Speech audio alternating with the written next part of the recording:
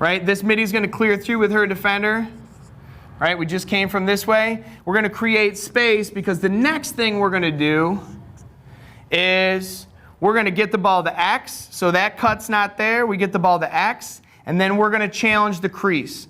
Now it's important that when we challenge the crease that we're getting a little bit wider. Like I don't want our girls to actually just roll the crease because our hips aren't ready, and that defender is going to be sitting on the inside with nowhere else to go. So we want to change our hips and attack a little bit higher because we're trying to drive here and create a drive and a dump, a backdoor cut. So this attacker is going to drive and then back their hands up and look to see if we can feed that opposite post.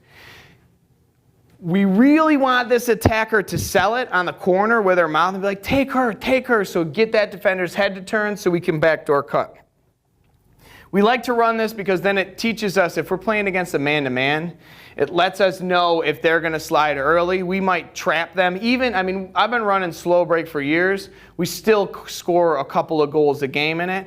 And truthfully, the cut that's open the most usually is that trail cut. It's just a matter of if we hit it or not, right? And then this backdoor cut, it allows us to read if they're going to slide early. So this backdoor cut, if that's wide open, they're sliding early, we hit that every single time. Okay? After this backdoor cut goes through, so just to go through it again, sideline, get it to the box, midi, trail cut, at speed, get the ball to X, challenge the crease, backdoor cut, this attacker comes over, and then the next thing we do is we run an X cut with these two midis. This midi goes underneath, this midi comes hard, and we're both going to use each other like shoulder to shoulder, and we don't want to go east to west on the exchange. So as those two exchange, we want to try to go pipe to pipe and see if we can use that separation with the shoulders and go right to that pipe and see if we can hit it for the easy dink and the dunk, right?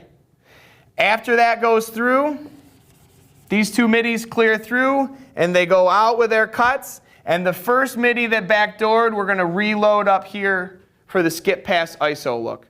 Truthfully, we don't get to that a ton. It works against zones after we've run two out, and it really depends on who's closer. That first midi that comes through, can bump over this attacker to be the midi ISO. It doesn't matter if it's this midi or if it's that attacker. We just need somebody in that middle spot for the skip pass and the drive.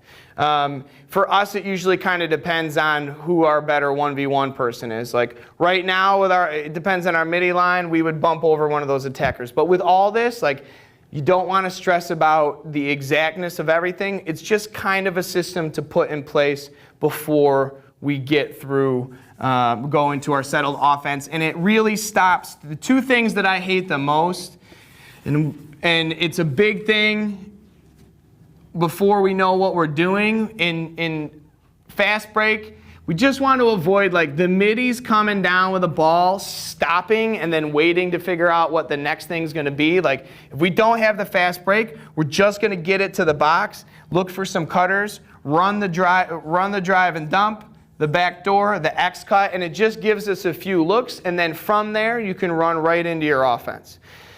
And the thing that we try to tell them with slow break is don't force anything. This is just like a thing that we do to make sure that the defense can't come in and get organized. We just don't want them to run down, everybody stop and wait, and you know it as a coach, they come down, they like to jam that pass into the middle to somebody that's not really open. So at least this gives us the correct feeding angles.